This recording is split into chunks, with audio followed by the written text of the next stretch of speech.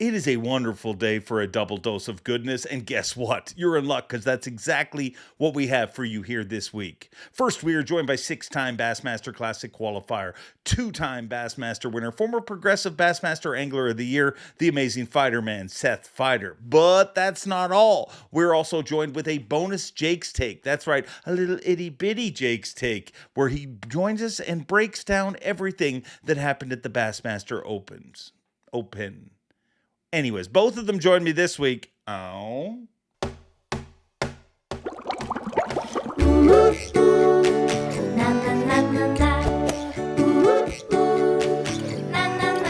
I'm Bob Cobb from the Bassmaster. Welcome to Mercer. Welcome one, welcome all, friends, family, freeloaders, fishing freaks, and of course you, my humpers. Happy hump day to all of you, and welcome into the Awkwardly Honest Fishing Podcast that goes by my last name, which is Mercer. This is the 203rd edition of the Mercer Podcast, and I hope wherever you are, life is treating you well. Thank you for tuning in. It is a freaking busy week for me, for a lot of people. I mean, next week is the Bassmaster Classic, and the Super Bowl of bass fishing does not happen without a lot of work leading into it. So it is a crazy busy week, but I hope to see a bunch of you down there in Fort Worth, Texas. Going to be a huge classic. Predicted huge weights. We may see the 3-day classic weight record go down. A lot of stuff going on. I mean, it's in Fort Worth, and it will be a fun time. And I hope to see a bunch of you there. If you do see me at said event in Fort Worth, just holler my name and I will try to get to you. It's always great to see the fine folks who watch the podcast. It is awkward at times when I run into somebody and, you know, people are around that don't watch the podcast, which I don't trust those people. But then they hear somebody say, "Hey, I'm a proud humper." And then I say, "I love humpers." It's a very awkward exchange, but you guys make it less awkward. So if you see me at the Bassmaster Classic, I will be the loud guy with the microphone. Just, chase me down, say hello. I'd like to give you a spot that I'm going to be hanging out. And maybe on next week's show, I'll have that all dialed in a little better. The best spot to get me is at takeoff in the morning. That's the easiest place to get me. I will be in the expo at times doing live. I'll be in the arena during the entire weigh-in, but I'm a little busy at that point. But hey, holler at me. Let's just be awkward around other people. And I make them feel awkward. Speaking of awkward, and not really, it's not really awkward, but this is something I'm about to talk about that I never thought I would talk about on this podcast. We're going to talk about a musical. And a musical is happening at the Bassmaster Classic. That's right. And when Bob Cobb sends a guy your direction, you listen, and that's exactly what I'm doing. The musical is called Dreamcatcher, the Ray Scott story. It's at the Rose Marine Theater. So if you are in Fort Worth, Texas for said Bassmaster Classic, you can check out Dreamcatcher, the Ray Scott story, Thursday, Friday, Saturday, and Sunday. It will be worldwide premiere. It happens in the evenings after weigh-in time, so make sure you check it out. Once again, Dreamcatcher, the Ray Scott story at the Rose Marine Theater. I'm sure it's going to be awesome. Anything connected to Ray Scott is awesome. I mean, the man is truly the reason that the sport is what it is. He is the chicken that laid the egg, and go check that out. Support that great venture. Who would have ever thought a musical?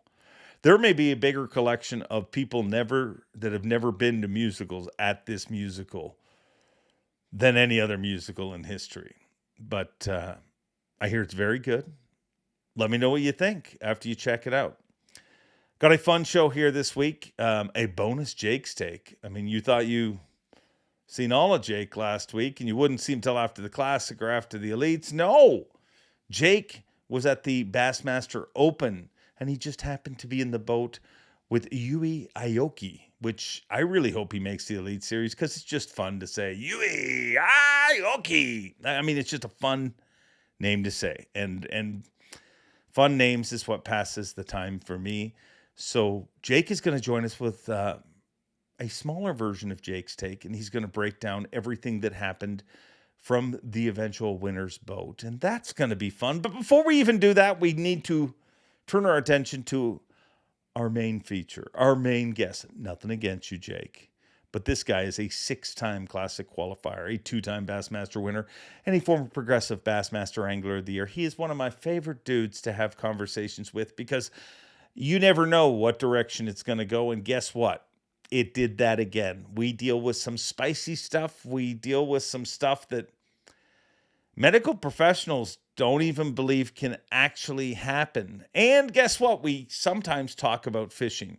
So without further ado, let's jump right into it. Let's travel all the way to Newmarket, Minnesota, and hook up with the Lama, Seth Feider. Seth, how's it going? Good. What's up, Mercer? Yeah, let's have an awkward weird. We've already talked for 10 minutes, and now, hey, whatever. how We're are recording you? now. Yeah, it's for real. We're Yeah. podcasting. We're podding. You gonna start a podcast? I don't think so. No, I got the TikTok. I just started a YouTube yesterday and a TikTok last week, but I think I'll leave the podcasting up to the pros. I'd rather just be a guest than do the show. I mean, you're a good guest, so I'd rather you just stay that way. And yeah, let me check. I should have been prepared. How's the TikTok going? good. I still haven't got to the 10. I'm just short of the 10,000. So if you guys are watching this, go follow me on TikTok, and then I want to hit 10,000. Then I got really good videos coming because that first one I posted was like a $20,000 video, and I will get nothing for it. So I should have saved it. 3.6 million. But dude, you also went from 0 to 9,000 subscribers like very quickly. So yeah, I got to get 10,000 though. So. All right. Need a little bump from the Mercer podcast crew. If it's not done by the time this podcast is done, I have no faith in these fine folks, and I have a lot of faith in them. Yeah. It's happening. It's happening. And check me out on YouTube too. I'm getting that rolling. So what's the channel? Is it Seth Feider? Seth Feider Fishing. Yeah. Okay. I'm going to put both links down below in the description and in the comments. I'm going to put it and make sure you. Yeah. I mean, this podcast can't give a lot to the world, and one of our favorite guests is you. So please help him be in one of our favorite guests. Because I'd appreciate it. Don't friggin' fail me now, humpers. Right. That's enough foreign for the day. We'll shut her down now. Of a real conversation. Yeah. That was a commercial break. Yeah, we have those too. How do you feel about Florida? Pretty decent, right? Yeah. No, happy with it. Had a really good tournament at St. John's. Not so great at Okeechobee, but it balanced out to, I think I'm sitting in the 30s in points, which is usually a lot of years I'm leaving Florida like 85th or worse in the points. So then I'm kind of clawing out, digging up a hill all year. So kind of nice to get off to a good start and hopefully keep it rolling. I bet you wish there wasn't this pesky Classic. No, it's going to be fun. I'm looking forward to it. I wish I was fishing it, but yeah, we're going to have a good time. I mean, neither me or Matt made the cut, so we're going to go out on the town a couple nights and make a little Derby Boy episode out of our not tournament. Yeah, sounds like a good time. I kind of wish I wasn't working it. I bet you we'll see you. I don't know, dude. I disappeared during the Classic. Do you? It's okay. I mean, Sunday night, Monday. I mean, I'll be there Monday. Monday's a fun night, but you won't be there yet, right? Oh, Monday before the Classic? Yeah. Oh no, I get there. No. I'll get there Thursday. Yeah. I'm just doing Friday, Saturday at the expo. So Sunday night, you gonna stick around? No, I don't even know if I'm going to do Sunday at the expo. I'm trying to schedule all my stuff Friday, Saturday, and then hit the road. Yeah. All right. So. And I actually got to make a pit stop. One of my, it's kind of a bummer, but one of my good buddies is got a pretty bad bout of cancer, so I'm gonna swing by his place and fish with him on the way home one day. So we wanted to get out in the boat one more time. Yeah. Brutal. So we're gonna make that happen, but yeah, that sucks. That sucks. It's a horrible part of life, but it's part of life that. Well, let's just try to get the rails back on the track. Everybody would want that, right? We're all up and down. Yeah. Very emotional roller coaster so far. You spent a ton of time in Florida before the season. Like, I was impressed because me and you talked about doing this podcast, and I'm like, I think it was January sometime, Yeah. and I was like, well, just let me know when you're going to be home. And you're like, after the elites. I was impressed. Was that just to get things going the right direction? Yeah, I think like anybody, the more you fish, the better you fish. You just execute better, make better decisions, the more time you spend on the water. And yeah, and it sucks coming from up north because I mean I hadn't made a cast since October, maybe beginning in November, but either way, a few months off's enough to slow you down, and just makes it harder if you just show up there cold and start practicing and fishing, and the mechanics aren't there and the decision making isn't there. So I'm gonna try to spend as much time on the water as I can this year, and just keep fishing.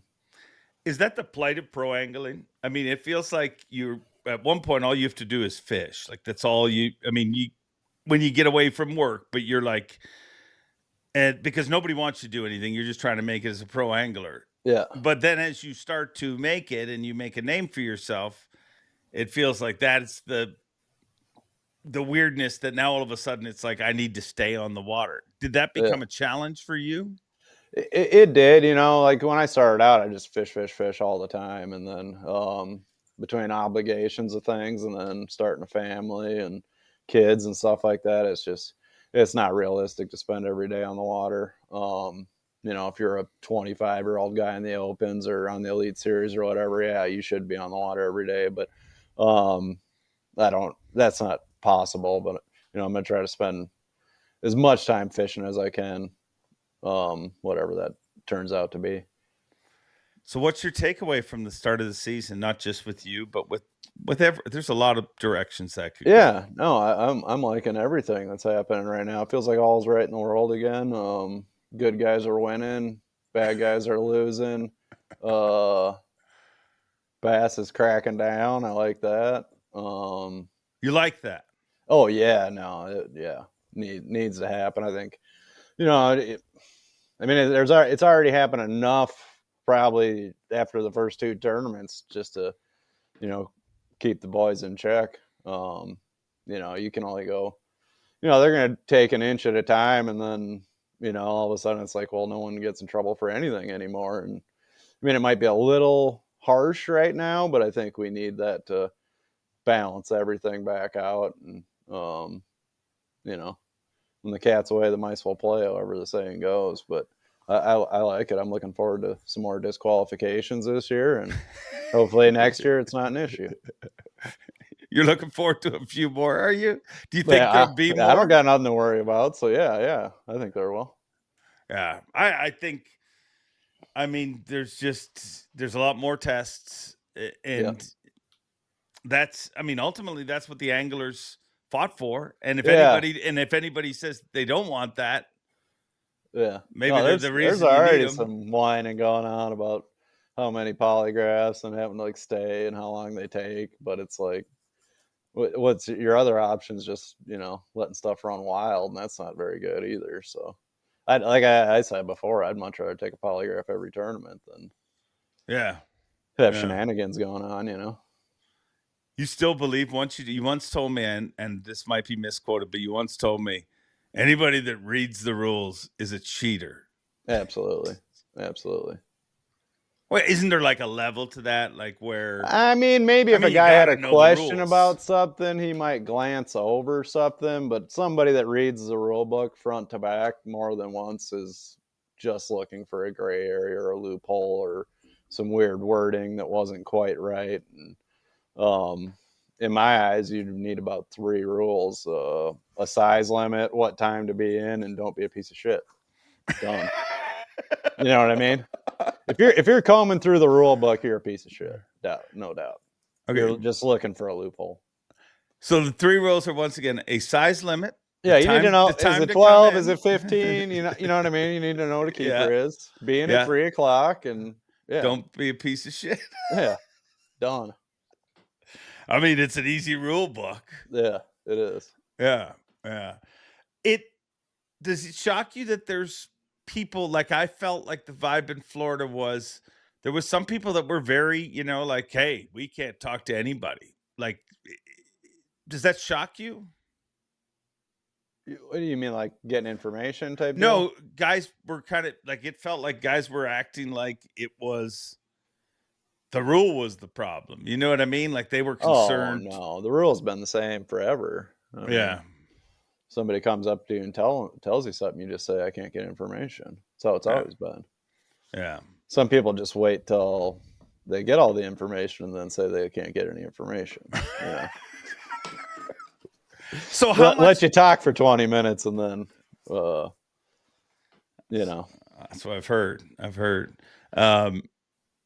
How many, do you think it's rampant? Like, do you think, or like, if you had to say a percentage, okay, I'm going to give you two different percentages. Tell me, I want a percentage of people that you think that are breaking rules and a percentage of people that you think are intentionally breaking rules. Like there's always going to be some kind of, or is there not? Today's high-tech fishing world can be a real pain in the neck, especially if you're running the wrong mounts. Beat Down Outdoors, they bring the graph to you. And they support this podcast and care enough about you to make this a short ad read. Check out Beat Down Outdoors. Now back to the show. there is, but I mean, the rule's broken. Some bother me, some don't. Like, if you put your boat on the trailer and you didn't fasten your life jacket, like, I'm fine with that. That doesn't bother me. Like going out and looking for information, I think is a big problem. And it's hard to get away from. I mean, you can't pull up in I don't care who you are. You can't pull up in a wrapped bass boat and at a gas station somewhere in bass country and not have the guy next to you be like, oh man, we killed him on a spinnerbait or something like that. Real basic, just general dumb stuff, or show you the 5-pounder they caught off their dock or whatever. You're not going to get away from that, but that's not the kind of stuff that the problem is. When you talk too long and let them go on and you're trying to get like specific areas and information like that, that's when it's a problem. Yeah. So what percent? I mean, like innocent rules, I think we probably all like the kill switch, life jacket type stuff. That's everyone's going to have some issues like that. The guys that are actively seeking it out percentage wise, I don't know, 10 to 20% probably. Wow. Maybe not that high. Maybe it's 10%. It's at least 10%. I mean, I can think of 10 people off the top of my head out of 100 that'll do it. Yeah. It's a lot of money on the line, and I think you're right. I mean, if you do that and you're still doing that, you're nuts. I mean, you just saw what happened to two dudes who, and one of those I feel like was innocent. You know what I mean? Just kind of got caught up in the rules, but the other one's been doing it for 30 years, so it's about time. I mean, can I ask who was innocent? Well, Matt Herron seems like a pretty straight up guy. Like, I've never heard anything bad about him, and from the story I can gather, even after he got the information, he didn't fish within 50 miles of where the information was gathered. And it's him talking to his son, and I'm sure they talk fishing all the time. Like, and then I think the difference with the other one is if he would know that, he would have probably started his first day of practice there. You know what I mean? Okay. That's where I'm at with it. I don't know. Yeah. No, I mean, you're allowed to be where you're at with it. Yeah. Maybe I'm wrong. Oh, anybody can be wrong. So you're a fan of the increased lie detectors, all of that stuff. That's good. It's great. Yeah. Then it's doing its job. Well, it benefits the honest guy. You know what I mean? Yeah. Like that stuff's not going to hurt me, and it makes for when you make rules and you don't enforce them, then it only hurts the honest guy. Yeah. Because guys are getting info and not getting in trouble for it. But now when they are, like, I can fish without info. That's how I've done it my whole life. It's not going to change anything for me. Where some guys, they might not be as confident or comfortable going to places with no intel. But the way I look at it, dude, we're supposed to be the best hunter dudes that bass fish, right? That's our claim to fame or whatever you want to call it. Like, we should be able to show up somewhere we've never seen, never heard of, 3 days of practice, and catch them like as good or better than the locals. You know what I mean? Yeah. Like, we're the 100 best. That's what we should do. And with all the other crap going on, it's like, are you really that good? You know? Yeah. If you got a bunch of waypoints and you're just checking someone else's spots, you're not really figuring anything out. But What is it like to? I mean, I've never taken one, but I'm I've assuming only taken one, to be honest with you. I can't believe it, for 10 years on the Elite Series, but I took one at I think it was at a Classic, actually. I don't know, 4 I or 5, 6 remember years ago. me and you were outside of the room when you were waiting to go in and take Yeah. it. I remember. Yeah. I remember the hall. I forget what even freaking Classic, but I remember you leaned up against. Yeah, you're right. I remember I came out of there. At least it was outside, and I'm like, I failed. Walked up to her. I told her that her jaw just dropped. I'm like, I'm just kidding. Were you nervous during that? Not really, a little bit, just because I'd never taken one before, but not because I had something to hide, just because it was new to me. Yeah, yeah. It's. I feel like I'm an emotional person. I feel like I'd be nervous, so nervous that. But I guess if you got nothing to hide, you got nothing to hide. Yeah. Do you? Sometimes you hear people say things like, "Oh, lie detectors aren't admissible in court and stuff." What's your take on that? Like this? Well, I get that, but really, realistically, I could see. I think it's more likely to be a guy get away with something than to be falsely accused of something. Yeah, If you believe the lie, like if you did something wrong, but down in your twisted head, you don't think you did something wrong, you'll pass a lie detector test. Where I don't think you can fail one for, not doing something. You know what I mean? I think you're more likely to pass one even though you did something wrong than to fail one when you didn't do anything wrong. Do you think there should be? And I don't want to get just stuck on this, but do you think there should be different? Like, do you think DQ's the way to go? Like, if you fail a lie detector, pew. Yeah, absolutely. Well, yes and no. I mean, you're gonna have to run it cut and dry. I don't think there's any way to be like I said, with the first two that happened, like the first one wouldn't really have bothered me. But you can't let it be one guy gets to pass and one guy can. If you fail, you fail. That's just you're gonna have to cut it, black and white. There can't be a you failed, but it didn't affect the tournament thing. Yeah. Last time we had a podcast together, we did a podcast. However, you're supposed to explain that. A lot of people were very, very excited about your medical, how you fixed your problem when you went to. Yeah, my I guess it'd be constipation. Yeah. Yeah. Health doing good. Everything's okay. There's no need to go and get a. Yeah, I actually did White have to Castle. Yeah, no, I had to get surgery this winter, but what? Just for a hernia. Yeah. Oh. Had a big one pop out on me at the end of the year last year. Damn. Yeah, I think it's just part of it. Yeah. I actually think I got it from holding in a piss too long. The doctor said that's not possible, but I don't know.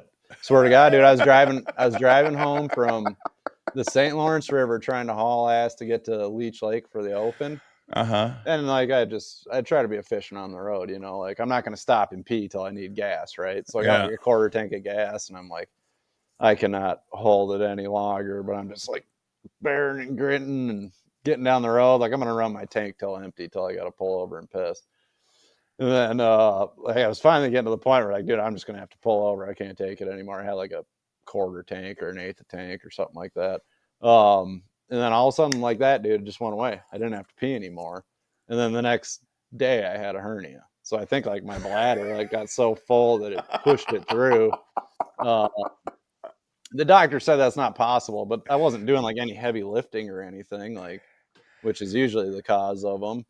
And like feeling that relief at that point, it makes sense to me that I think it's just like an overfull bladder pushed my intestines through my whatever Wow. abdominal wall or whatever. Yeah. Abdominal wall. Abdominal wall. Yeah. Yeah. Makes sense. Doctor said In no my way. head, but yeah, he's like, that's not possible. I'm like, well, whatever, dude. What do you know? He doesn't know how bad you had to pee. Exactly. Like, why would that feeling go away? You know what I mean? That's a feeling that just keeps building and building. You know what I mean? It's So never like, you didn't like, so you went to you didn't stop. You just kept driving to the gas station and it just went away. Made like another 50 miles down the road and just got gas and peed. Yeah. Wow. Well,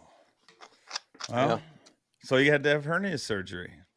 Yeah. So don't hold your pee in that long, boys. Like, Yeah. you got to go, just pull over and do it. Yeah. You ever do a jug like you ever? No, well, realistically, I have no problem with the jug. The problem is I don't have the utensils for the jug because I'm either usually drinking coffee out of a cup I'm like a permanent one I'm not going to pee in, or like a pop bottle like that, and that's a pretty small hole for the road. Yeah. If I was like a healthier person and had more Gatorade bottles around, I'd probably do more jug pissing. But really, I always got like a coffee cup or a small opening Coke bottle. So I don't do a lot of jug pissing, but it's an option. Yeah. It's shocking how quick it fills, to be honest. Like, I think we all way underestimate, because I've done it. I've been in situations like I was in a really bad traffic jam. It wasn't even that I didn't want to pull over, and it was like during a snowstorm. And I'm like, and there's giant snowbanks side of the road, so there's no pulling over. And I need to. And dude, I had like the cup, like I had like the big gulp, and you're like, oh, I'm good.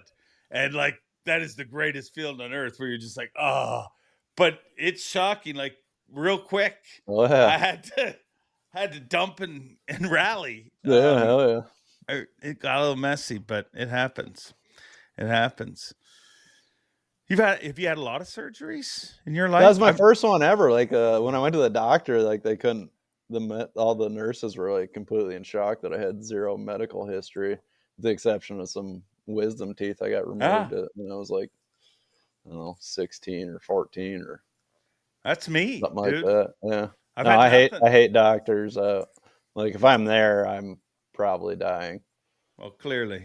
Or I mean, you'd go to White Castle before you'd go there. Yeah. No, I don't like the smell of it. I don't want to be there. Like, yeah. Yeah. I have never had it other than wisdom teeth. I've never had any surgeries in my life. I'm trying to avoid them. Some people have a lot of surgeries, but me and you are two that haven't. Interesting. Interesting. What else has been going on in your life? Oh, not much. Fishing. Just getting ready for a new season and just hanging out with the family. Had a pretty mild winter here, so yeah.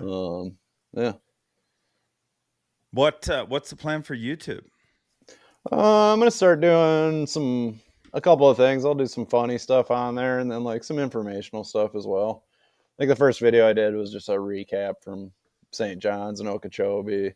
Then I'll, do some informational how-to stuff on there, and then, probably some funny type Derby Boy TikTok type stuff on there as well.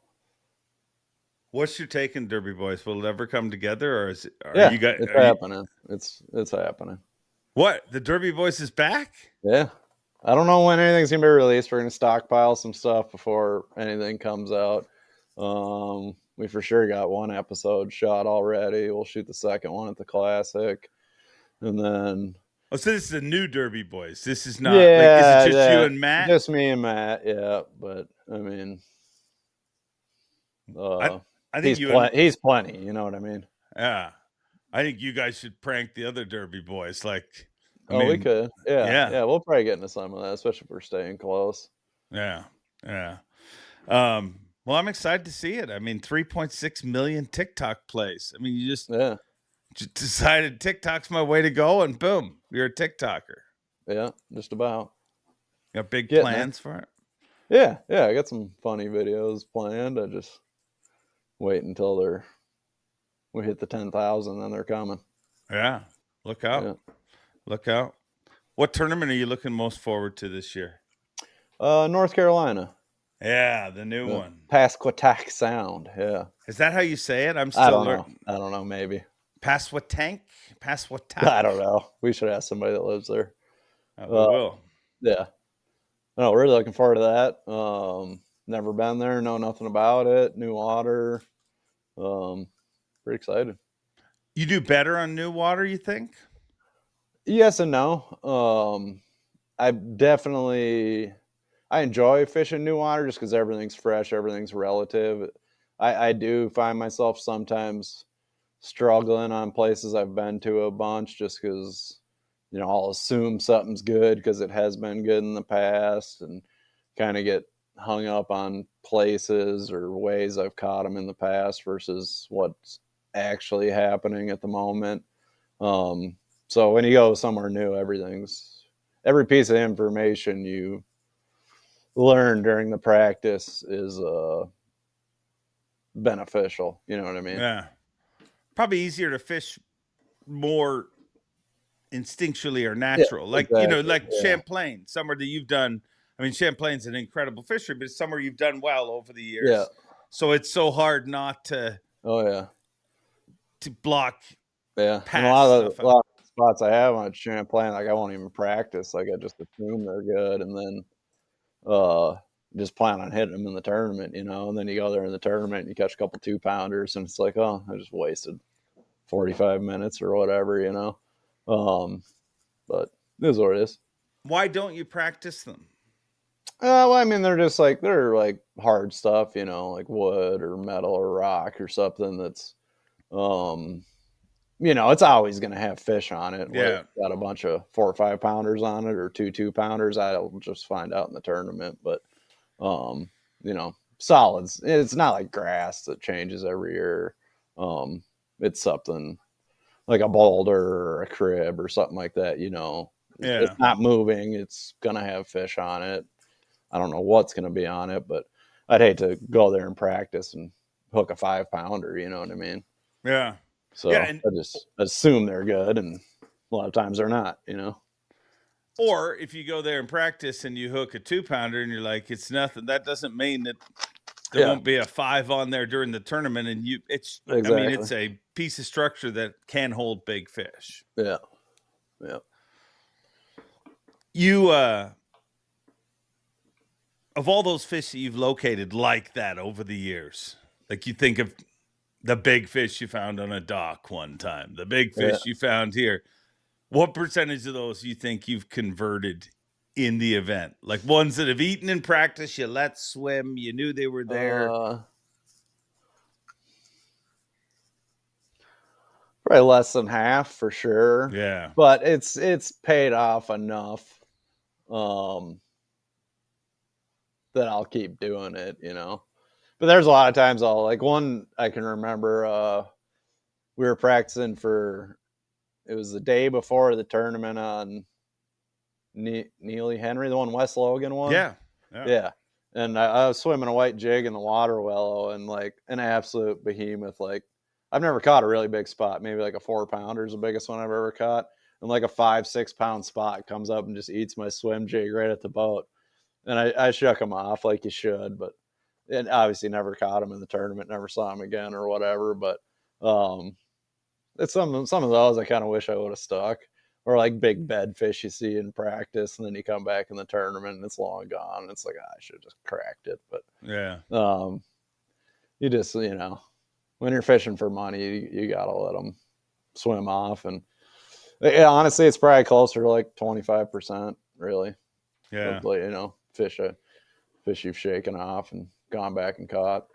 Oh, to catch all the ones you've shook off. Yeah. But a lot of them too. I mean, it is, like I said, it's a low percentage, but there's a lot of times, you'll be, especially in lakes that don't have a big population or whatever. And you shook off one big one all the way in the back on that one little lay down. You roll up there and flip your jig in there or whatever, and thing swims off. It's like, there he is, right where I left him. That's happened, enough times where I'm going to keep doing it, And that's a freaking awesome feeling. You know what I mean? To go in and know it's there and it actually work is. Yeah. What is pre-fish like in the Elite Series? Like, I mean, traditional tournaments, you get guys who hook a fish and then they play games where let that fish swim if a boat's. Is that just like that on the Elites? Oh, absolutely. Yeah. Yeah. I mean, if a boat's a funny story about that one. Yeah, I like same deal in every tournament, but it was a practice for that St. Clair tournament I won. I never did this. I went and checked that spot the last day of practice. I think I found it the first day of practice. Wasn't really sure what was there. It was kind of a weird deal. I threw a crankbait out, caught a 4 or 5 pounder, and like 4 of them came up to the boat with it. And I'm like, oh wow. So put a waypoint down, whatever. Ran all over the lake, practiced a bunch more, and I was kind of sitting there that night before the last day of practice, and I was like, I had some fish on the north end. And nothing else really in that area where I ended up catching them. Then I was kind of like, man, was that a fluke? Did I just run into like a wolf pack? What was the deal? And it was all the way at the south end of the lake. So I run back down there to check it and practice, pull up to my dot, throw it out there, load up on a big one, same deal, 4 or 5 follow it to the boat. I'm like, okay, there's something here. But as I'm fighting this fish, David Mullins comes flying by and he shuts down.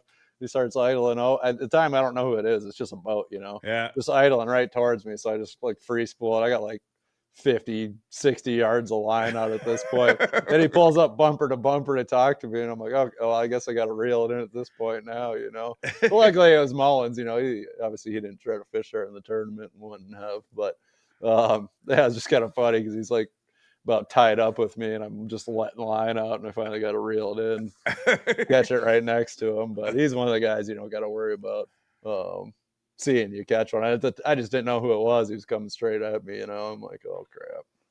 But yeah, it's kind of funny. Is there dudes that will see somebody reeling in a fish and fish that? Oh, absolutely. Wow. Like quite a few of them. I mean, there's guys that watch Instagram and Bassmaster.com and then go there the next day. I mean, you don't have to look further than that last St. Clair tournament to see that. Yeah. I mean, Oh, yeah.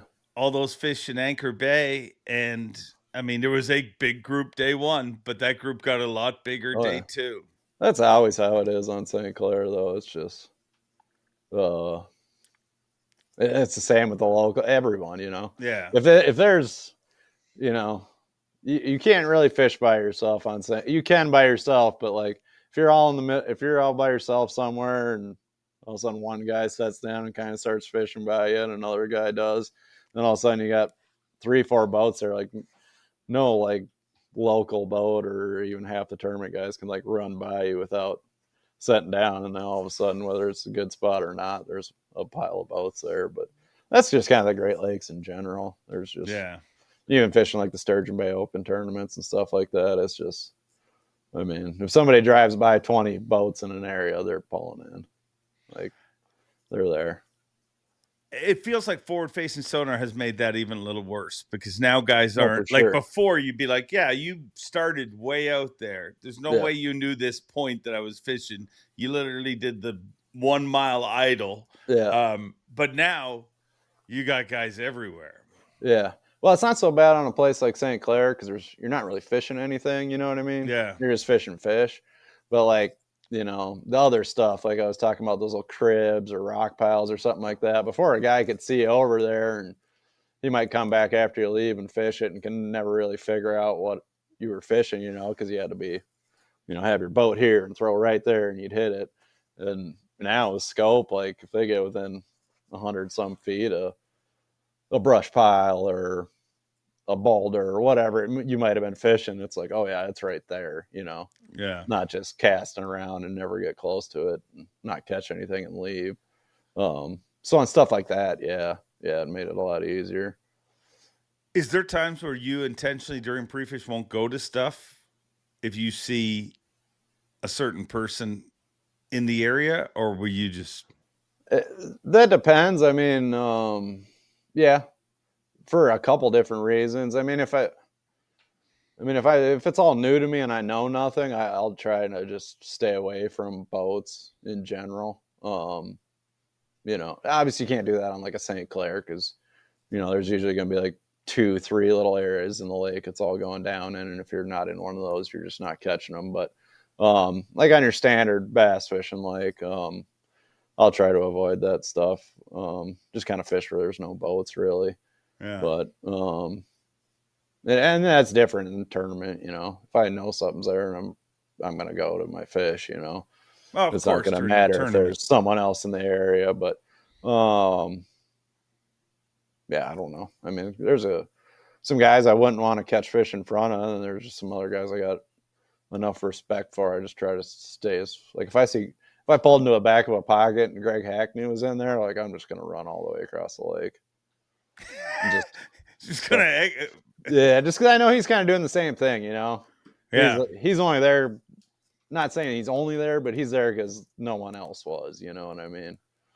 So you try to stay away from the crowds when possible. When possible. There's like a Okeechobee's another one where you're just, you know, it's kind of like St. Clair. You got this big giant lake, and there'll be 2-3 areas with bass boats in them, and you're just not going to catch them if you're not in those areas. But you know, pretty much all your reservoirs and river systems are going to have fish throughout them, and you can pretty much fish wherever you want. Why do you like to stay away from crowds when possible? Does it bother you? Yeah, I don't like fishing in a crowd. I don't want to see people catching fish when I'm not catching fish. And then I just like to, you know, sometimes I'll go through an area doing one thing, and I want to be able to, you know, turn around and do something else through there and not have to. I find myself tending to fish rushed more when I get around people. Like, oh, I got to get to that dock before he does, or I got to get to that point or that clump or whatever. You know what I mean? Instead of just taking my time and easing through it. It affects me. It makes me fish worse when I get around a bunch of boats. Yeah. I mean, it's really fun being the guy in the middle catching them all and having everyone else watch you, but usually it just makes me fish worse being around people. And then, you know, like I said, on a typical reservoir, you should be able to find your own fish. I don't need to find a school of a million fish. You know, I just need 5 dumb ones. So usually you can find that off the beaten path, you know. Yeah. Let me get inside your head with how you make decisions on the water a little bit. Like, if you're fishing a shoreline, whether it be rocks, whether it be wood, whether it be whatever, but like you're fishing visual structure along a shoreline, you come around the corner, that's where you want to fish, and it's a row of docks, and lo and behold, there's a boat on the first dock that you were going to start on. Do you like just exit that whole area? Do you go to the other end of the docks and fish towards him? Like, how does that decision get made? Yeah, I'm just gonna exit. I mean, I don't know what kind of dock stretch you're talking. I mean, if it's just like 5 docks, yeah, I'm gone. I mean, if it's like, I wouldn't say I'd really ever fish a stretch of like 100 docks, but I mean, I'm gonna give somebody a few 100 yards on something like that. Like, I wouldn't jump in front of them and come towards them. I wouldn't jump in front of them and cut them off. So, and realistically, the dock stretch is never really going to be that long, a good one. So I'm probably just leaving. I'll just come back and fish it later. What's the longest dock stretch, a good dock stretch that you've found? I mean, on like some of the little lakes in Minnesota, like every dock's good, so you can fish your way around the lake. But on like a reservoir or something like that, usually it's not that long. It consists of maybe 2 or 3 docks or 5 or something like that. It's not like Minnesota where you can just fish every dock in the lake and catch them. Yeah, it's usually pretty specific docks, to be honest with you. I think that's one of the things that people way underestimate when they watch the elites. You know, they don't realize how tuned in you guys get. Like, it's not just an area, it's the area. Like, it's, I mean, look what happened with Polnick and those guys fishing that. You had 4 guys, but that's crazy. They had distinct stretches, like, just, and they're 150 yards long. It's not like they're in there. And when you look at how small that spot is, you'd be like, yeah, I'll fish the whole thing. I'll just cover it. But it's pretty dialed in. Why do you think that was crazy with those 4 guys fishing that area? Oh, it's just, you don't see that a lot. I mean, and it wasn't just 4 guys. It was, I don't know who the 4th one was, but after 2-3 days of the tournament, literally 1st, 2nd, and 3rd Yeah, and was all right there. Tim Doobie was the fourth. Okay, So well, he was still in the top 10, wasn't he? No, he didn't make it, but he made the top 50. I mean, it Okay. was Polinick, Greg DePalma, Will Davis Jr., Yeah. and Tim Doobie. Okay. So I saw the first three, but they were like first, second, third, like the first 3 days of the tournament. I don't think it ended that way, but that's just kind of wild to all off of one spot, you know. you ever think of giving fellow competitors baits right after you caught 34 pounds, 10 ounces like Polnick did? Well, that St. Clair tournament, I gave Dumb Corey a bait, and I don't even think he threw it. I don't even think he used it. I was trying to help him. I think he was in hunt for Angler-of-the-Year or whatever, and yeah, I cut my bait off, and I think I cut him off like the one and gave it to him, and I don't even think he threw it. Thus the name Dumb Corey. Yeah, I mean, you were smoking him. You literally cut off. So that happens. Yeah, it does, and yeah, I mean, if you're giving out baits, you're usually having a pretty good tournament, so you're probably in a pretty good mood. If you're scratching and clawing for a limit, I don't think that's happening. But I mean, if I had 34 pounds in the boat or Okeechobee, I'd be handing out baits too. Yeah, I guess so. Avco not only makes incredible outdoor clothing, but they care about anglers with their 10% pledge. Avco and the Shed family donate at least 10% of the company's profits to conservation and making fishing better. Now back to the show. One of the amazing things that I get to see with you, and I'm hoping you'll show it to our fine viewers, is, and I had nothing planned for our conversation here today. This is the only thing I've texted you in advance and said, make sure you have a fresh pack of smokes, because Feider, people have seen you smoke, and you do love to smoke. You are one of the great smokers in history, really. I mean, like, you've made smoking seem somewhat cool at a time when really the marketing is against you. But you have a ritual that you go through, like you beat the crap out of your pack of cigarettes before you smoke it.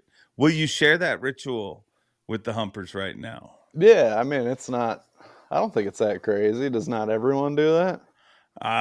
Well, let's have a look at it and we'll find out. I mean, you got to wake the cancer up, you know. It's just, I just keep rotating it, and not much to it. I just get a nice pack on it, you know. They burn a lot better, and they're less likely to drop your cherry in the boat and burn your carpet when they're packed good. Oh, I see. And they light a lot easier too, you know. And to be clear, this is pretty routine. Yeah. So what is it, like 10? I think I do 4s and then flip. So I don't know. It's probably like 16 or 20. Yeah. Then you just get a nice, I don't know if you can see that, just a nice. It compresses everything. Nice pack. Look at that. Yeah. We got a good, maybe 3/8 of an inch, probably at least a quarter. All set now. Yeah. That'll light better. You can light it faster, you know, when you're on 50. Depending on the wind, in the 50s, I can light a dart with a Bic. And like I said, at 50 miles an hour, you can light it. Oh yeah, no problem. With a Bic. We're not even talking like with a just your standard. We're just like your standard lighter. Yeah. No, I did a couple of boats. I had that push button, old school car lighter installed, but yeah, just your standard Bic. I had those installed. Then you can light it going 70, but every one of them I had, like, you get a little rain in there, and they'd only work for like a tournament or two, and they'd quit rolling. So and then that, and just not dropping your cherry in the boat. If you don't pack them, if you any little grays to your dart, you're gonna knock your cherry off and burn a hole in your carpet. So this keeps them just a little bit more sturdy. That way I can get them big Magnum ashes going, you know. That's because of a good packed cigarette. You can't do that on a Lucy. So if you pack it good, you can get one of them, you know, grandpa ashes going, inch plus, inch and a half. Does that make it better? No, that's just kind of me flexing, you know what I mean? It's just like, I don't know. Not too many smokers can do that, you know what I mean? Yeah. Well, now they'll be Yeah, able to. it's just a flex. It's just me showing off. Yeah. Yeah. Gotcha.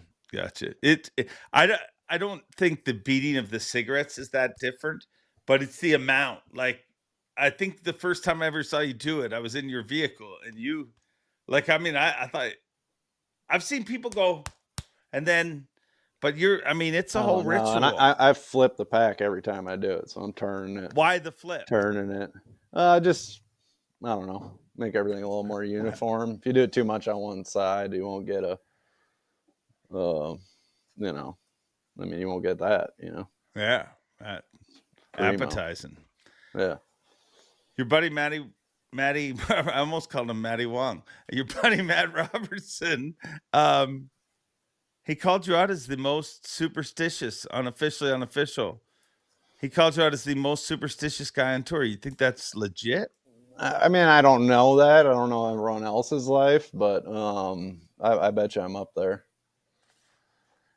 Well, what are they? Like, will you open up Just about them? everything. Like, it's probably got some kind of something wrong with me, but I mean, lucky socks, lucky shoes, lucky underwear, lucky shirt, lucky jersey, lucky hat. Yeah, I got a few rituals I do every night. What are those? What are these rituals? Can you? I say a prayer. I shave, obviously not my mustache, but a clean shave.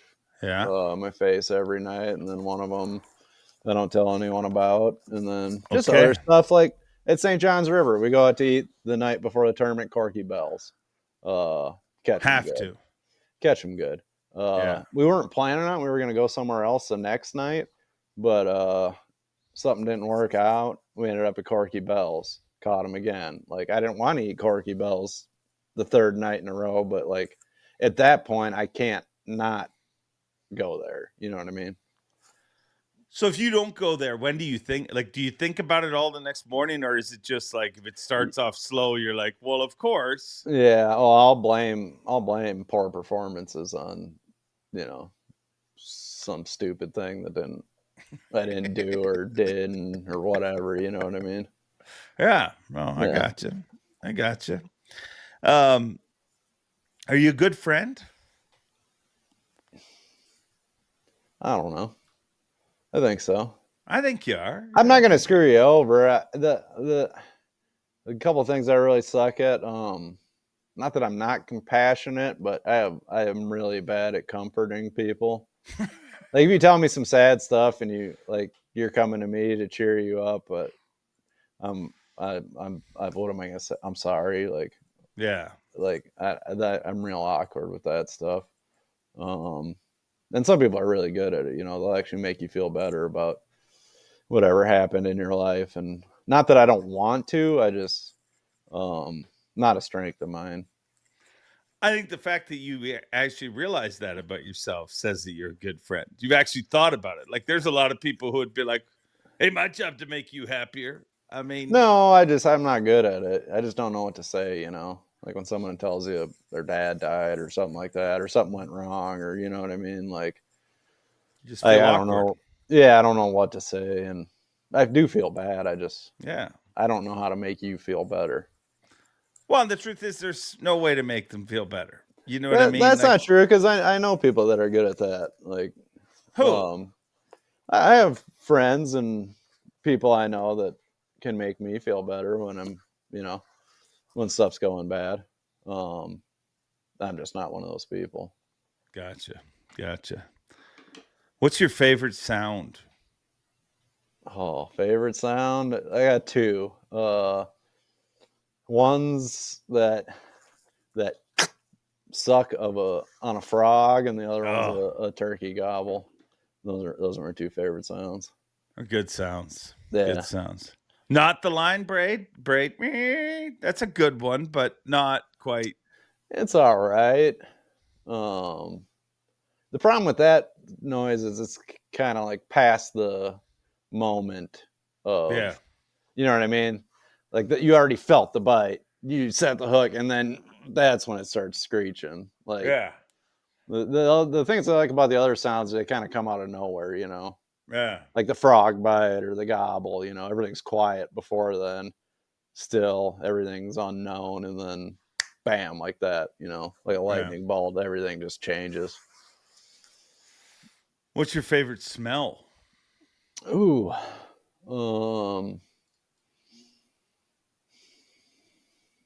Favorite smell. I do like the smell of coffee in the morning.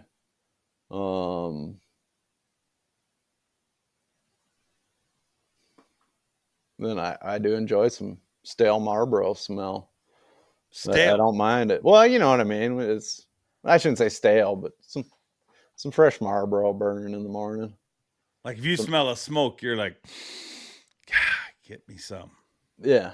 Oh yeah. Gotcha. Yeah. Gotcha. What's the biggest mistake you've ever made as a tournament angler? Lake Champlain. Forget one of the years I had a good. It was one of the times I got second. I forget what it was. It was a year.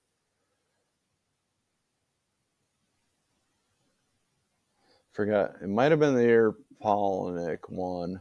I was having it was that day I caught that 6-pounder underneath the dock and went crazy. I don't know if you remember that. I remember it. Dude, I got like a limit of, you know, nice smallies, like 4-pound smallies, and like I got like a 6-pound largemouth and like another, you know, 4.5-pound largemouth. I got a big bag, like you're set for the day. And I went looking for some new fish to expand on my area, and I got one of those like big flipping bites, and I shook it off. And in the tournament, this is like day 2, day 3 of the Derby. I forget what it is, but in my head, it's like I know it's a big one. Is it 4 pounds? Is it 5? Is it 6? I don't know. I know it's a good fish. I can just tell by the way he's moving and what he's doing. And I shook him off just because I was afraid, like, dude, it's going to be a 4-pounder. I'm going to gain 2 ounces and I'm going to burn this fish. And it probably was bigger just knowing where the bite was on the lake and everything. It was a big fish zone, like not a numbers place. And I shook it off during the Elite Series tournament, and I should have cracked it because I don't think I lost by very much. You think that could have been the difference between the win? Yeah. I mean, depending if it was a 4, no, but if it was a 5, yeah. Yeah, there's no. But I just figured I'd go back the next day and he'd be right there, and I'd crack him, and he wasn't. And I'd try to tell myself it was a dogfish or mudfish or whatever you want to call them, but I know it wasn't. Like I know it was a 5-pounder. I know it was. Just the way he bit and the way he moved and where he was, I know it was a 5-pounder. Did you instantly regret that? Like no, or was it like a next day when it didn't bite? No, it was after the, you know, it was like 2 days later when I lost, and that's when it like sunk in. Yeah. And that's the only fish I've ever shook off in a tournament. Do you remember the moment that you had like officially decided in your head that this is what I got to figure out a way to do? Like, do you have a moment like that? Figure what out? That you need to be a pro fisherman?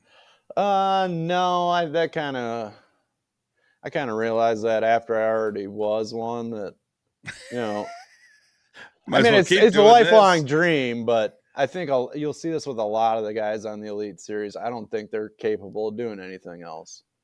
You know what I mean? Like, I don't mean to pick on him, but Cooper Gallant, like, dude, he can be an Elite Series pro or he can work at McDonald's, and that is it, dude. That's it. That kid cannot do he's not capable of doing anything else. And I think that rings true with a lot of the Elite Series guys. I didn't realize that about myself until I had already been on the Elite Series, but looking back now, it's like, I'm kind of in the same boat as Cooper, you know what I mean? Like this, or I'm going to work construction or whatever, you know what I mean? Like there was no other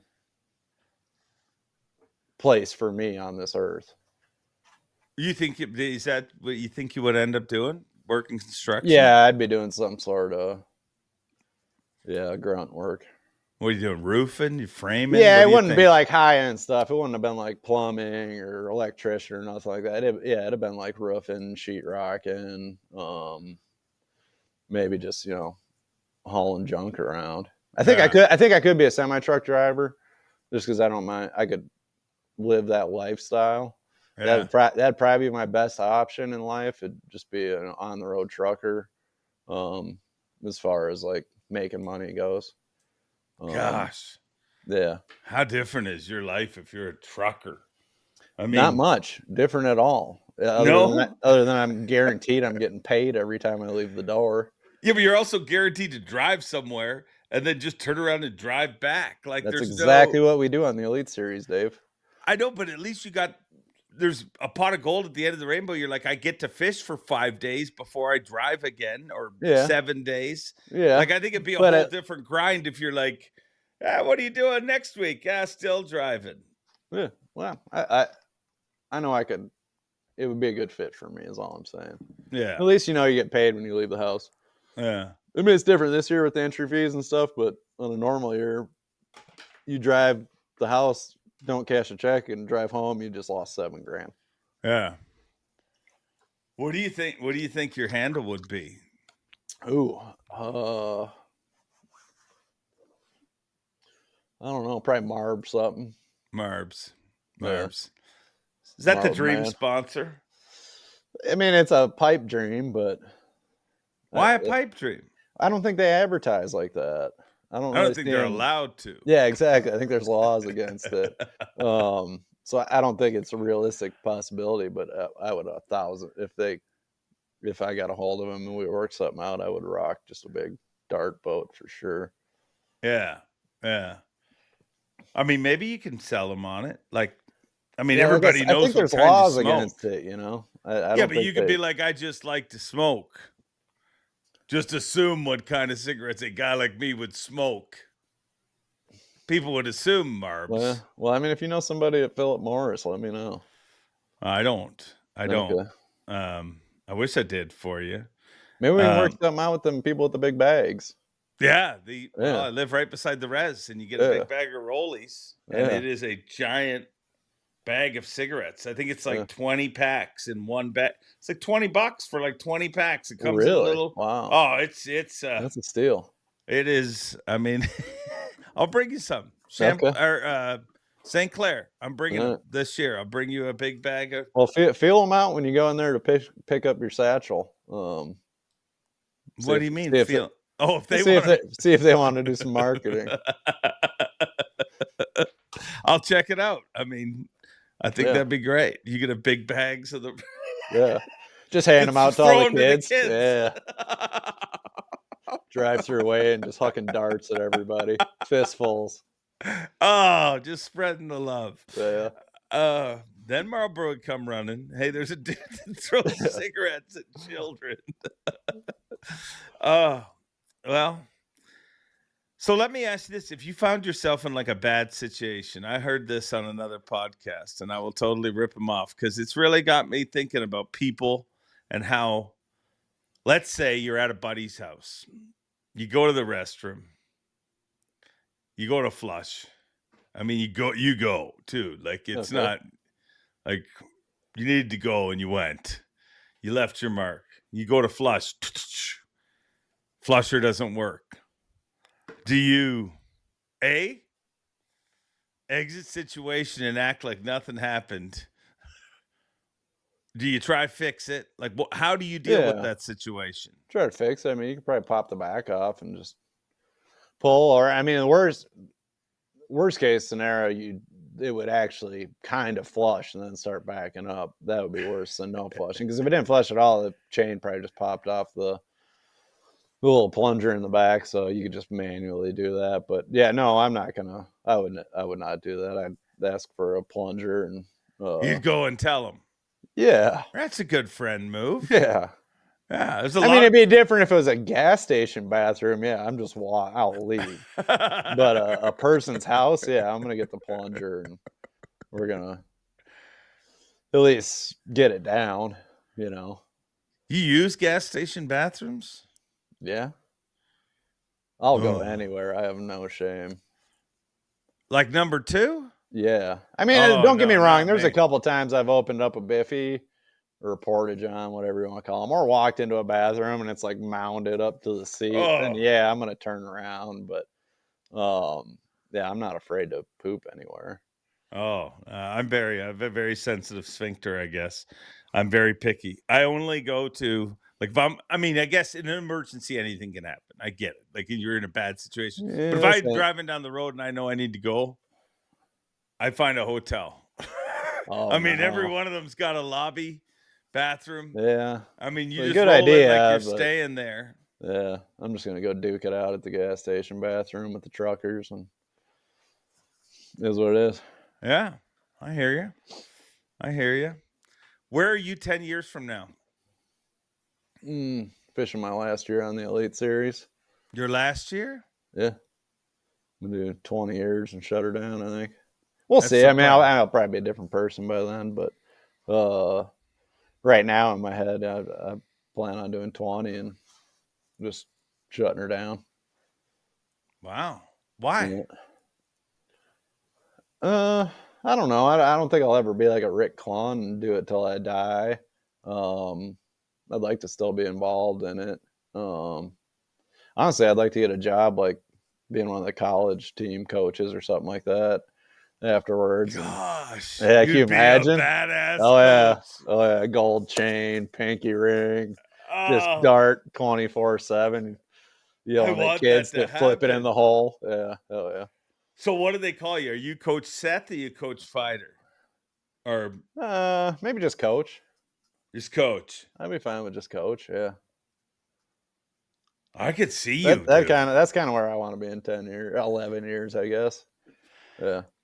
I think it's a great plan because if you look at it, dude, like the way that keeps growing, I mean, Yeah. by that point, there is going to be Oh yeah, there'd be a paying celebrity gig. coaches. Yeah. Oh yeah. Wow. Yeah. I think it'd be awesome. Yeah. I don't know what school I'd do, but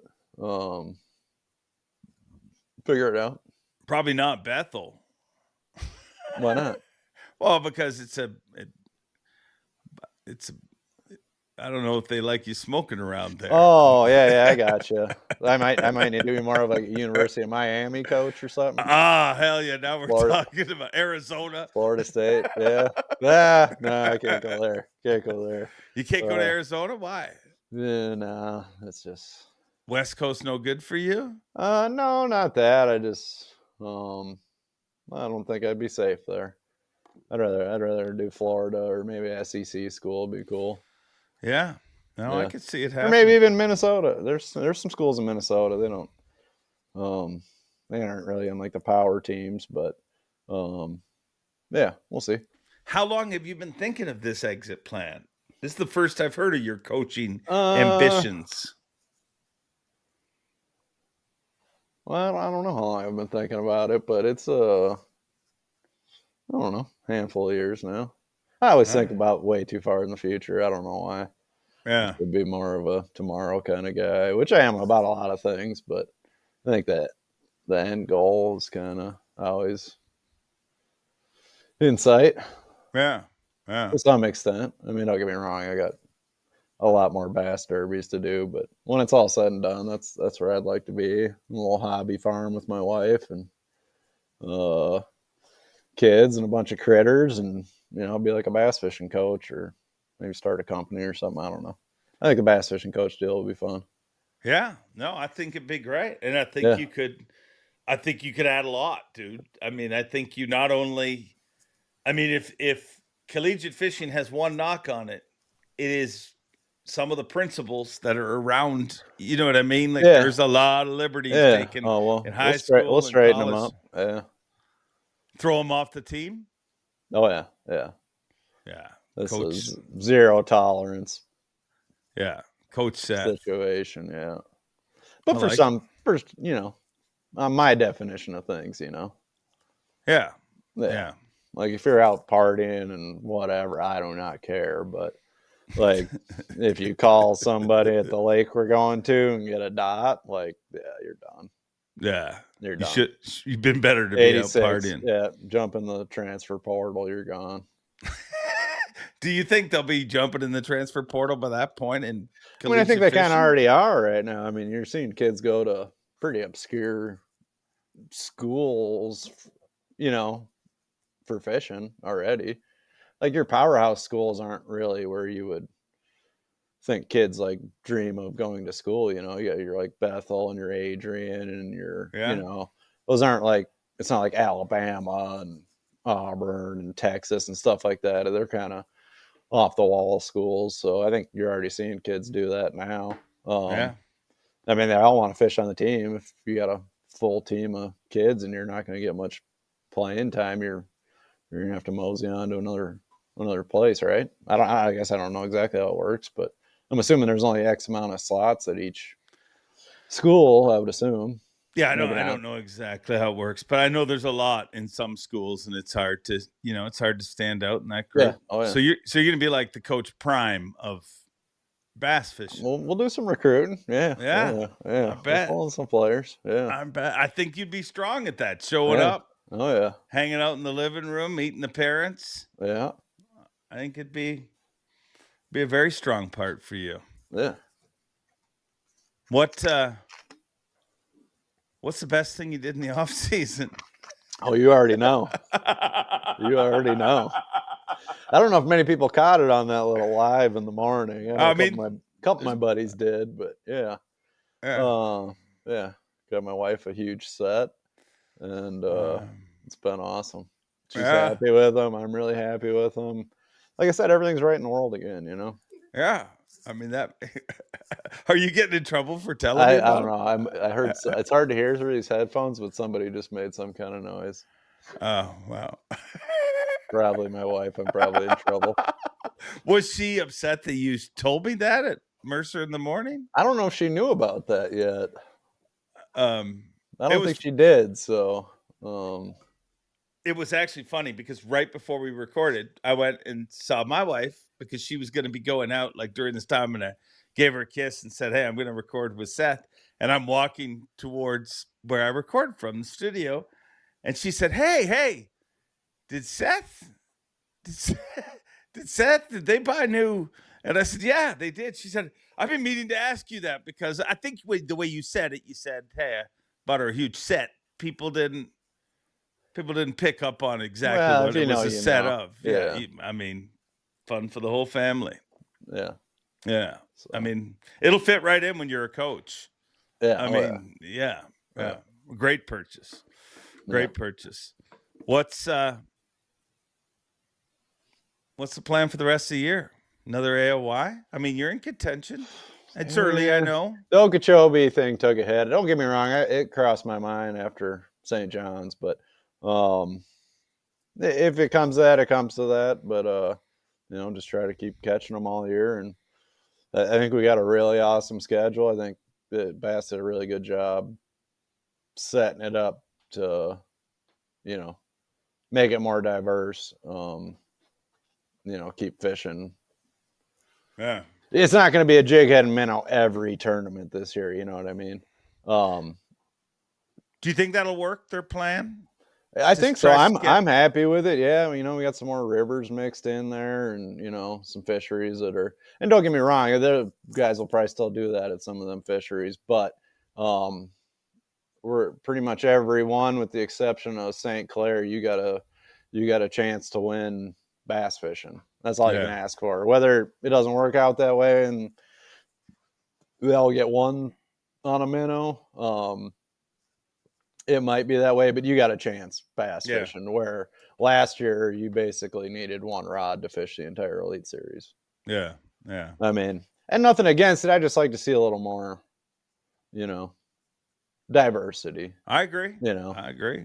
I'm all for that. I mean, I'd hope we would limit technology to a certain extent that would force that. But I think ultimately, if the rivers do that, then it's giving us the result. I mean, I just want the guy who holds the Angler of the Year title. I want to look at that dude and be like, that dude does everything, not just one thing. He caught him flipping, he caught him frogging, he caught him on a spinning pole, Yeah.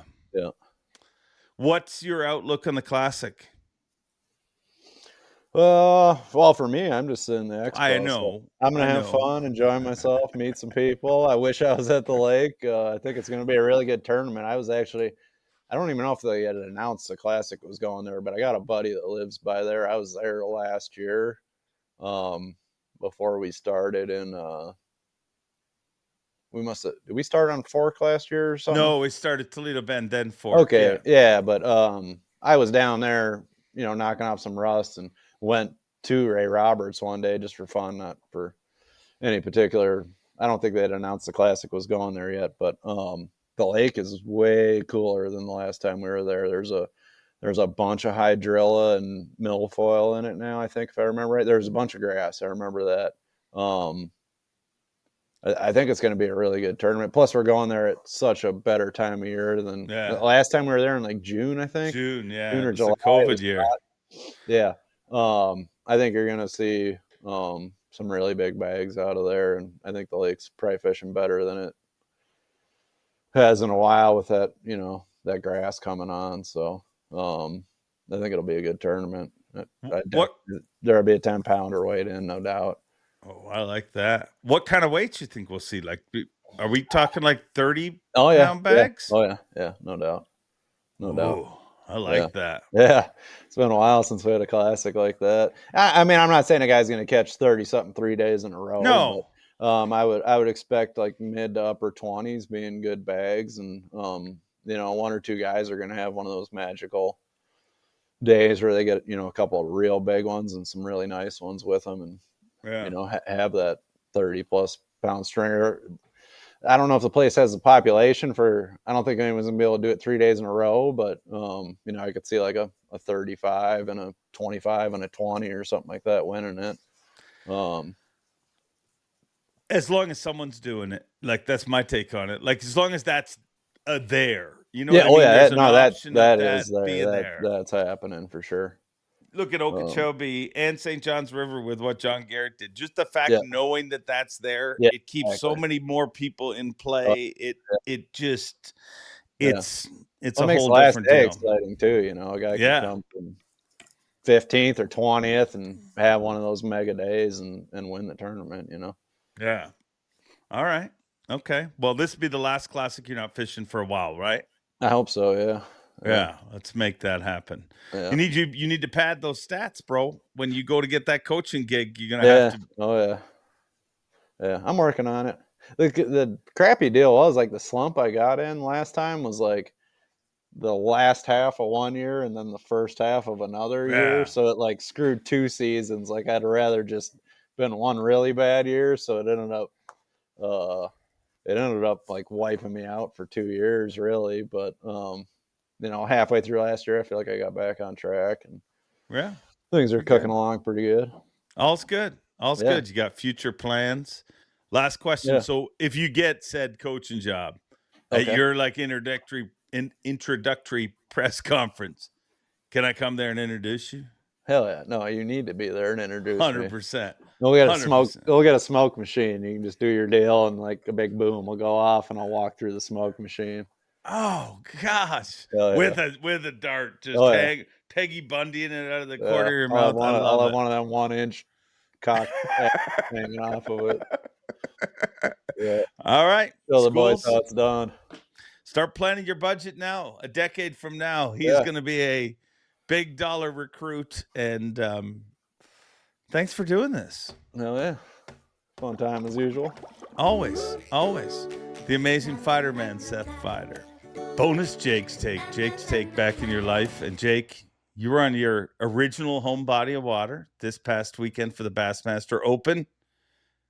And tell me about it. Dude, it's my home lake. Any opportunity I get, whether it's an elite or an open or a high school or a college event through Bass on Kentucky Lake, I'm all in because that's where I grew up. I grew Yeah. up from Paris Landing Bridge all the way down to the I-40 bridge near Camden or between New Johnsonville and Camden. And everything in between is like my home. It's like my backyard. So it's always good to go home. It wasn't very kind to us. It was very windy and very wintry. and very rough. There were 4-footers rolling under the Paris Landing Bridge on Saturday, so that was probably uh, the biggest challenge that all the top 10 anglers had going into the championship Saturday for the Open. And I was in um, An Yui Asian guy's Aoki, boat, because not the only are you Japanese guy. familiar with the lake, you're familiar with Japanese guys.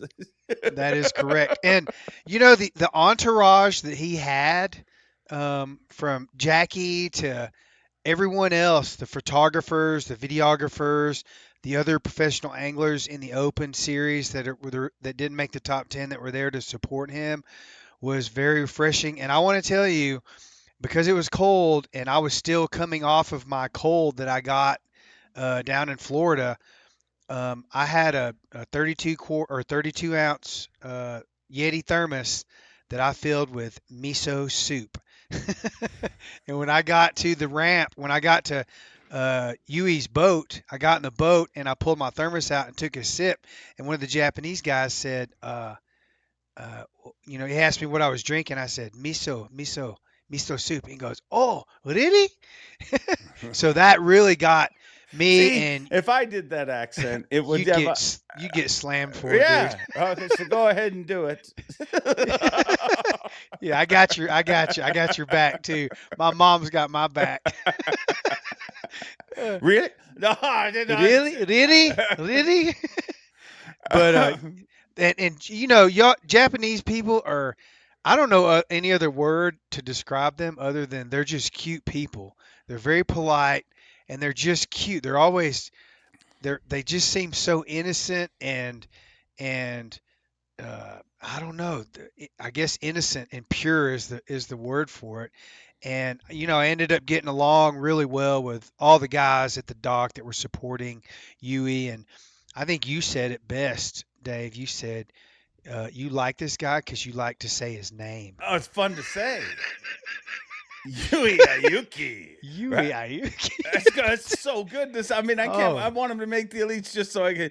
I mean, it's got different jam, syllables. dude. Yui's fun to say by itself, and then Aoki, like it's all It's set. like Ichiro Suzuki. Wow, It's okay. actually better than that. Is Yeah. he?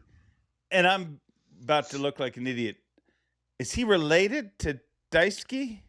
No, they're not at all. But Work with the same companies, right? Like they. yeah, what's D Style? Yeah. D Style. Which is I think Daisuke's that's Daisuke's company. company. That's his brand. All right. Yeah. So and ironically enough, Jackie had to bring it up. He brought it up and mentioned it about Daisuke because I said, "Oh, you have the same last name as Daisuke," and Jackie in Japanese explained to Yui about my incident with Daisuke. And so they all started laughing, and I said, "No problem today. I'm okay today. I went to the bathroom twice." For those of you that don't know, that episode is called "The Shittiest Championship Sunday Ever." You And can it look it was. up. It's a great story, but I'm glad to know that this story doesn't go in that direction. Well, I don't know if I'm glad to know, but I'm here to tell you that show has resonated in the entire country of Japan. I mean, So there's that. I've got that going for me. If all else fails in America, I can go to Japan and become some sort of a comedian, I guess. I think it's worldwide, dude. I mean, if you haven't felt the feeling that you're going to crap your pants, well, give it time. Everybody's been there at some point. That's true. But yeah, so Yui reminds me a lot, and their friends. He reminds me a lot of Kyoya Fujita.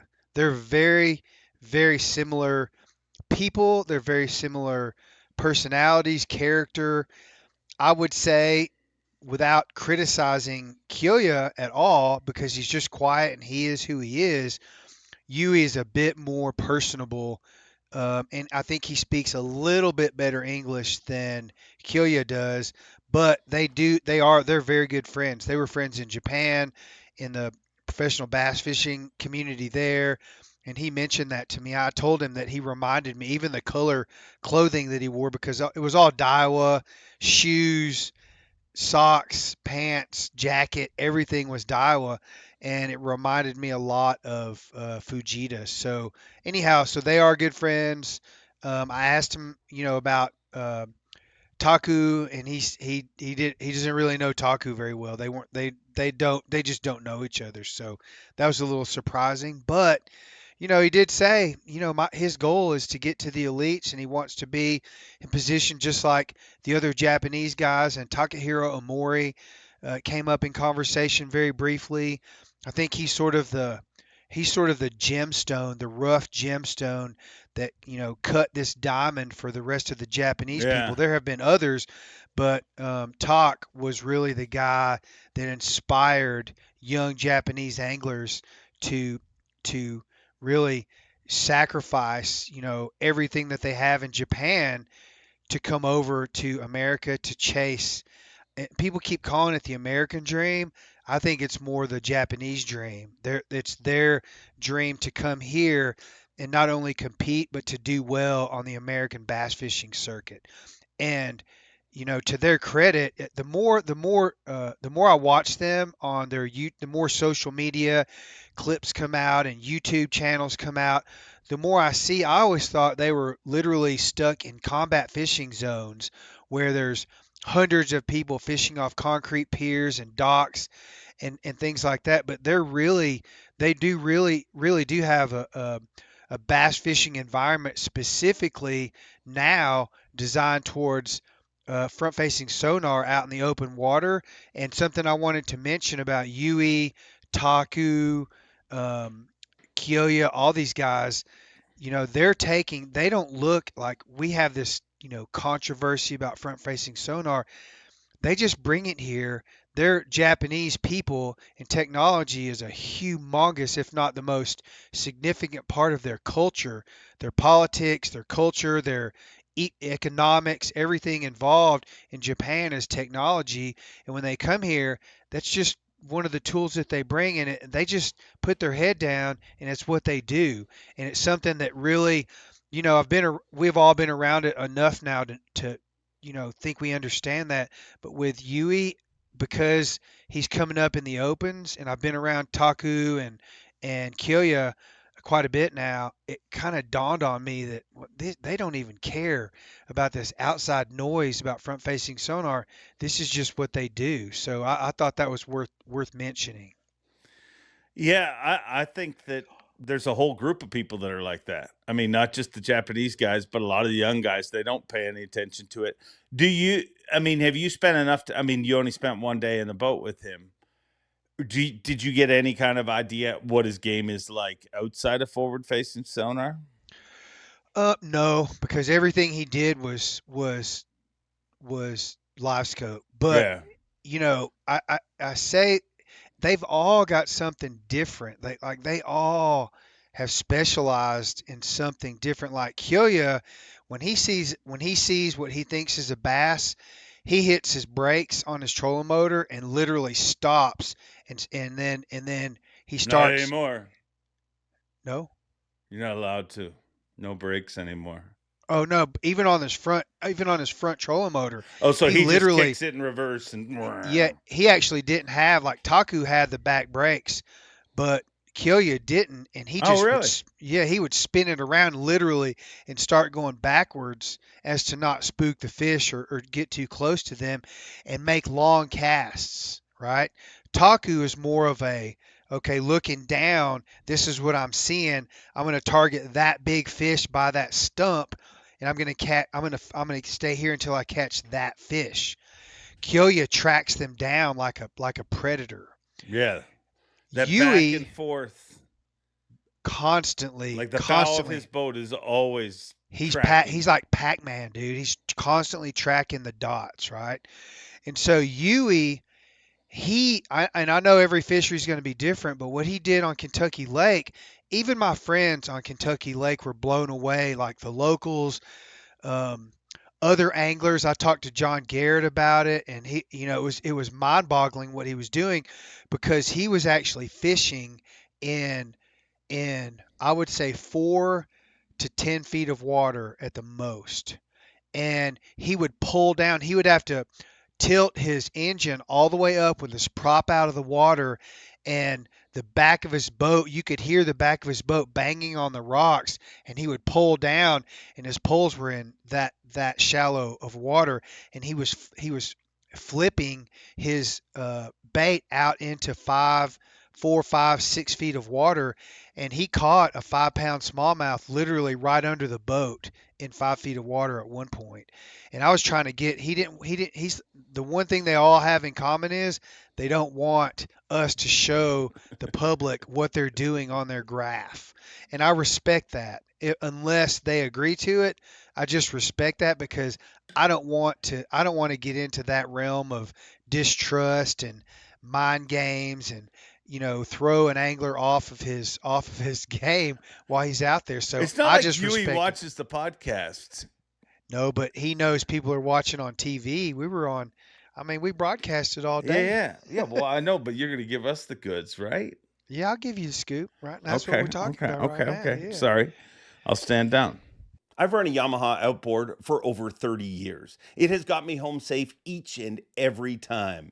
If you enjoy this podcast, remember, Yamaha supports it and they care enough about you to make this ad read very short. Now back to the show.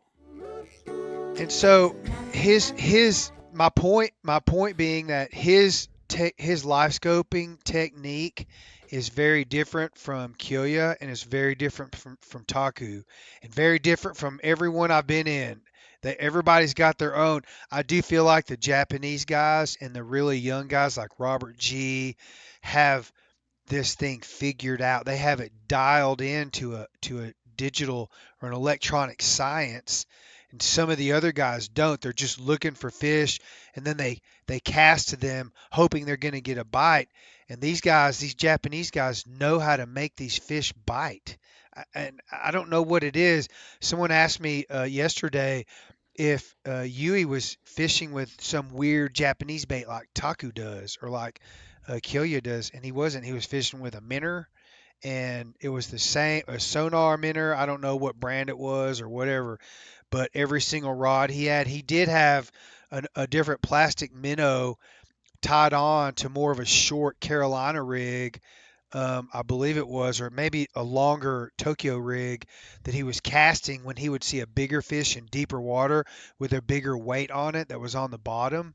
But for the most part, he was flipping a minnow sonar bait, but he didn't cast. He was literally flipping everything, and I would say he caught everything within 30 to 20 to 30 feet from the front of the boat. So that was pretty interesting. So his game is the fish get a lot closer than you see with Kyoya. He's not scared to get close to the fish, at least in this In environment that on Kentucky situation, Lake. though, too. Yeah, I mean, he can't move much if he's locked down in one area. and he locked down every time he pulled down, and it was in very shallow water. He was literally fishing a mile south of the Paris Landing Bridge. I thought we were going to make a big long run. Do you know that Laker Howell ran from Paris Landing to 900 Pickwick? miles. Yeah, yeah. I talked to Randy at the weigh-in. He ran 132 miles one way, and it was not a glass water. It was a rough lake. And I talked to Seth Doman, his cameraman, on Saturday, and yeah, he reassured me that he got beat up pretty good. That's a long run. That is a long, ridiculously long run. I've done 110 miles is the longest I've ever done with Lee Livesey up to the Trinity River from Sabine across Galveston Bay, and that's a long run. But 132 miles on the Tennessee River with the wind blowing right down the pipe is a long run. Yeah, that's insane. That's insane. So he won the event. He's going to the Bassmaster Classic, and your prediction is he will be on the Bassmaster Elite Series. Yeah, you can just tell he's locked in, he's dialed in, he's got the same mentality as Kyoya Fujita.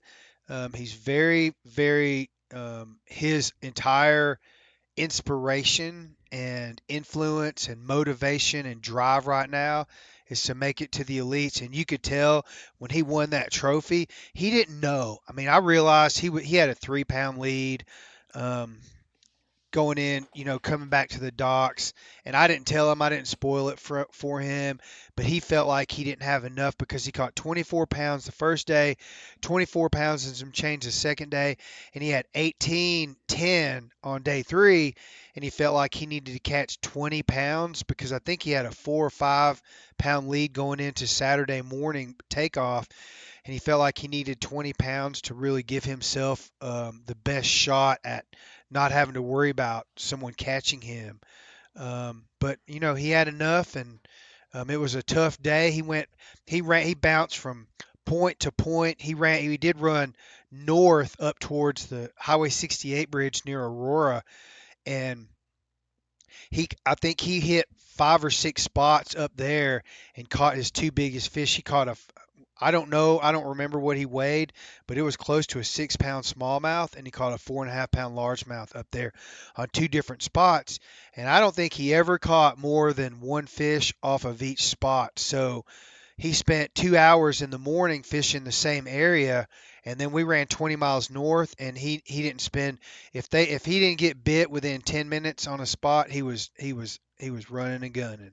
So it was a fun day, man. I always tear up on Kentucky Lake because I have all these memories of my dad and I fishing, crappie fishing or cat fishing or bass fishing or duck hunting on Kentucky Lake. And so I always embrace and absorb that experience no matter who I'm with on Kentucky Lake. It's always a great place to go back to for me. You think if we keep talking about Kentucky Lake, I can make you cry again? No, dude, I'm over that. I bet I could. I bet I could. No, I bet I could. just don't talk about my dad or you will. I will say he runs a Camus, and I will say this, and I don't even know anyone at Camus, but it rode surprisingly well. And while I was getting tossed around for 30 minutes on a 20-mile run in 3 and 4 footers, I was very impressed with that. So kudos to them. All right. Well, this podcast is sponsored by Phoenix Bass Boats, which also make a wonderful boat. And Gary Klaus is a very good friend of mine, so kudos to them too. You did say during our text, because it would be shocking to people. I mean, maybe I shouldn't note this. I mean, let's be honest, none of our employers listen. But Mike Breedlove does. Well, yeah, but Breedlove's not an employer, is he? No, but he said he's my go-to guy. He's my travel agent. He's great. He does payroll. That guy is a Swiss Army knife for JM. So shout out to him. He's a huge fan of this show. Yeah, love Breedlove. It's gonna be in my ear during the classic, so that should be fun. You said that though he did drive crazy though. Yeah, I told him when we made our run up north, and literally, I mean, it was whoa, boom, whoa, boom. When we stopped, I said, "You are kamikaze." But yeah, again, he did well. He did well. Another thing you can say, and I can't. That's it. It's just how the world goes. I feel liberated when we talk about Japanese people. Do you know what pound test he was throwing? Is he kind of a lighter line guy or a heavier line guy, or where do you? I didn't ask him that, but I would say it was a lighter line because his drag was set very light. I mean, as soon as he hooked up, the drag was, zzz, and he fit in that sense. But I think Taku and Kyoya have changed their tactics where they use heavy braid with a heavy braid, or I'm sorry, a lighter braid with a very heavy leader. Like they use like 20-pound leaders now. And so how long's their leader? Just depends where they want. It just depends. But Yui's leader was probably, I would say, about fairly short, probably about 28 to 36 inches. So I thought that was pretty short. I did notice that when we were on the boat. His boat is very clean. He's very much like Taku and Killia, where he's got his back turned when he's tying knots and putting baits on, and again he wasn't using anything special, but I think that's just their style. It must be from all the attention when one thing goes trendy in Japan, it goes crazy, and then they got to figure something else out because everyone's using it. One of the most humorous things during our text was, so while you're texting me about him, I'm excited because his name's fun to say, and I'm excited to get him on the elites. And I'm always kind of joking with you, but you texted me, and unbeknownst to you, said he has to be close to 5'12", or maybe even 6. And you were talking about his smallmouth. I thought you were talking about him, and I got all excited, and I said, he's a giant Japanese guy, even birth. Marketing wise, I was like planning to slouch down to make him look even more powerful on stage. He's not a giant guy, is he? No, but he's not tiny short either. He's average. I bet he's 5'10", 5'11", probably. Yeah. Wow. You're probably a bad judge. He's of a that, good. though. I want to say this about him. He's a really good guy. When we got back to the dock, I had him say something on camera for you, especially for you. And It'll be out by now. yeah, I mean, we'll release that. He was very grateful and very thankful. I think he didn't know what to expect with a camera in his boat, and we did. We had a great day. I joked around with him when I could, and he was very grateful and very thankful when we got back to the dock. So I'd like to send that out to him and tell him thank you for being such a great guy and accommodating for me. He didn't make me stand. Killia makes me stand right behind the passenger seat, literally right behind it in this little circle, so that his front-facing sonar is flat all the time, so I don't imbalance the boat. And he's very adamant about that. Whereas Taku doesn't really care as long as I'm not making noise, and Yui was just fine with whatever. He was just happy to be there catching big fish. And congratulations to him. That was pretty badass. Yeah, big victory. Look forward to seeing him at the 2026 Bassmaster Classic. Last question. Who do you think tells them? I mean, all of these Japanese anglers keep coming here, keep doing very well. But it's like they don't go through it. Generally, if somebody is like very selective on what they let the media see, they got there somehow. You know what I mean? They had a situation where something was exposed in a tournament they thought they were going to win. But it feels like all the Japanese guys just show up here and they're like, yeah, don't show anyone anything. Where do you think that comes from? I think it comes from the Japanese culture. I mean, even as a young boy. But you said they were cute. They are, but and from a business perspective, I think they're cute in their politeness, but in their secrecy, they're very. I mean, even going back into World War II, man. Oh wow. Yeah, they're very secretive. I mean, hell, they didn't tell us that Pearl Harbor was going to happen. Oh gosh. I know. That's a big old can of worms. But I am saying, even as a young boy and a child, we had a constant flow of Japanese businessmen staying in our home that came from Japan that were associates with my dad in the pearl business and other industries he was helping bring to Tennessee. And they were very secretive people. And I think that comes from their honor. When one person shows them something, if they say they're not going to show anyone else, they're not going to show anyone else. Or if they're working with a company to design a bait and they want it to be exclusive, at least for a while, to that company, it's their honor and loyalty to their word and their handshake agreement to someone to not expose that. Plus, the icing on the cake is they want to win, and they know that humans are greedy people. And if I'm just saying it like it is, and that if they show, that's why John Garrett lied to me about his 5.5-inch hair jig. And he was actually cranking them on that seawall in Florida. Right. That's right. They don't. That is the icing on the cake. They don't want to expose it because they want the advantage for as long as they can have it. That's my answer, and I'm sticking with it. All right. All right. Well, thank you for exposing a little bit of it. You got to lose some of that honor. Why? For the fine viewers of Jake's Take, bro. We got to give. I mean, I told you everything that I know. He was fishing he was literally, he wasn't targeting stumps or blowdowns, or if he came by a blowdown, he cast it into it, but he never targeted. He was literally fishing fish that were staged up on tiny little break lines in 5 feet of water in gravel. Everything was in gravel points.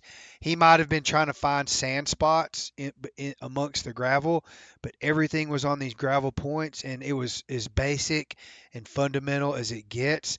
The only difference that he made was that he was pulling up in 2 feet of water and casting out to 5, and his boat angle was very was a primary advantage for him. Yeah. Well, this has been a bonus Jake's Take.